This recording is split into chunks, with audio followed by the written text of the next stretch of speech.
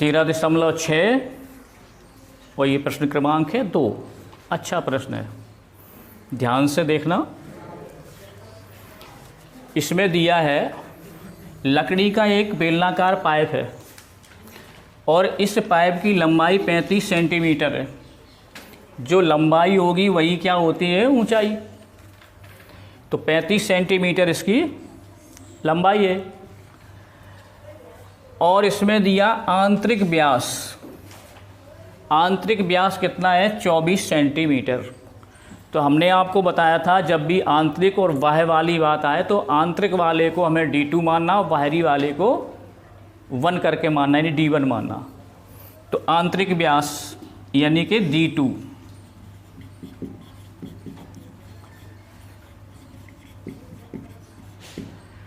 D2 कितना दिया है, 24 सेंटीमीटर। तो D2 से क्या मिलेगी, R2। तो कितनी हो जाएगी, 24 की आधी यानी कि 12 सेंटीमीटर, यानी व्यास की आधी त्रिज्या होती है। अब बाह्य व्यास यानी बाहरी व्यास, तो बाहरी व्यास को क्या मानेंगे, D1। तो D1 यहाँ लिख सकते हैं माना कि D1। तो D1 कितना दिया हुआ है, बाहरी व्यास दिया हुआ है 28, यानी 28 सेंटीमीटर। तो इसकी त्रिज्या कितनी होगी, R1 28 की हाफ यानी 14 सेंटीमीटर। और इसकी जो लंबाई है वो ऊंचाई यानी h 35 सेंटीमीटर है। अब ये निकालना है तो एक तरह से खोखला बेलन का आयतन, यानी कि लकड़ी का द्रव्यमान बराबर खोखले बेलन का आयतन। तो लकड़ी का द्रव्यमान ये निकालना है।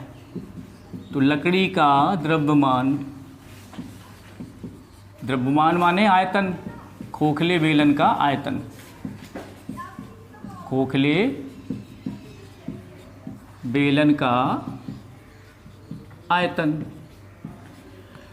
तो खोखले बेलन का आयतन का सूत्र क्या है, आपको हमने बताया था, ध्यान होगा कि जब भी खोखला कहें या गोली कोस कहें तो सिंगल आर की जगह तो R1 + R2 कहेंगे। और जो मेन सूत्र होता है जहाँ आर पे कोई घात है तो माइनस करके वो घात लगा देंगे। तो बेलन के आयतन का सूत्र क्या होता है, πr²h।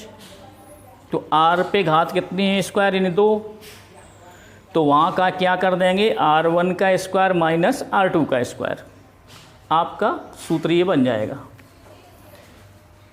तो πr²h है तो πh पहले लिख लो और आर स्क्वायर की जगह क्या कर देंगे, R1 का स्क्वायर माइनस R2 का स्क्वायर।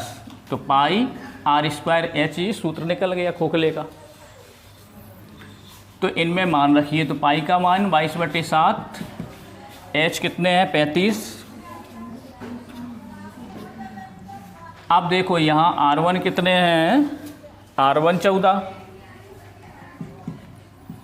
-12 का स्क्वायर। अब इनको चाहो तो इनका स्क्वायर कर दो, या देखो यहाँ ये सूत्र लग रहा a का वर्ग माइनस b का वर्ग, a वर्ग माइनस b वर्ग। तो क्या होगा, a + b होगा एक ब्रैकेट में होगा a + b और एक में a - b। तो सरल पड़ जाएगा। तो 7 से 5 बार ये कटेंगे। तो 22 × 5 कितने होंगे, 110 इंटू इनको कर देंगे एक बार 14 - 12, 14 + 12, 14 - 12 और 14 + 12 बराबर 110। यहाँ देखो कितने बचेंगे, 2 और 10 × 20 = 26 हो जाएंगे। इनका करेंगे गुणा, 110 दूनी या 26 दूनी 52 कर दो, 26 दूनी 52, 52 का गुणा करेंगे कितने में, 110 में। 26 दूनी 52 का गुणा 110 में 0, 52 × 1 52 की 2 हासिल 5, 52 × 1 52 और 5 कितने हुए, 57।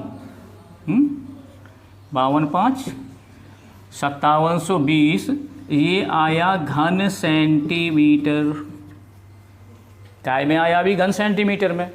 लेकिन इन्होंने बोला क्या है, हमें निकालना काय में है। क्या दिया हुआ है, ग्राम, यानी 1 घन सेंटीमीटर बराबर 0.6 ग्राम। तो 2 घन सेंटीमीटर यानी 2 का गुणा होगा, 3 घन सेंटीमीटर 3 का गुणा हो गया, इतने घन सेंटीमीटर इनका गुणा होगा। तो 0.6 का इसमें गुणा कर देंगे, 0.6, तो ये किस में बदलेंगे, ग्राम में बदल जाएंगे। गुणा करेंगे फिर 6 6 दूनी 12 की 2 हासिल 1 6 7 42 और 1 43 की 3 हासिल आई 4 और 6 5 30 और 4 34। अब दशमलव 1 अंक है तो बिंदी ये हट जाएगी, ये हटा देते हैं। तो 3432 ग्राम हुए ये, लेकिन आंसर इसका किलोग्राम में भी दिया है। तो किलोग्राम के लिए क्या करेंगे, 1000 ग्राम 1 किलोग्राम, 1000 ग्राम 1 किलोग्राम है। तो ये ग्राम को किलोग्राम में बदलना, तो क्या करेंगे, इसमें भाग देंगे छोटी इकाई का। तो ये 3432 अपॉन 1000, तो ये किलोग्राम में हो जाएंगे। तो देखो भाग दीजिए, 1 2 3 बिंदी 1 2 3, तो कितने हो गए, 3.432 किलो, और ये होगा ग्राम, और यही होगा उत्तर। ओके।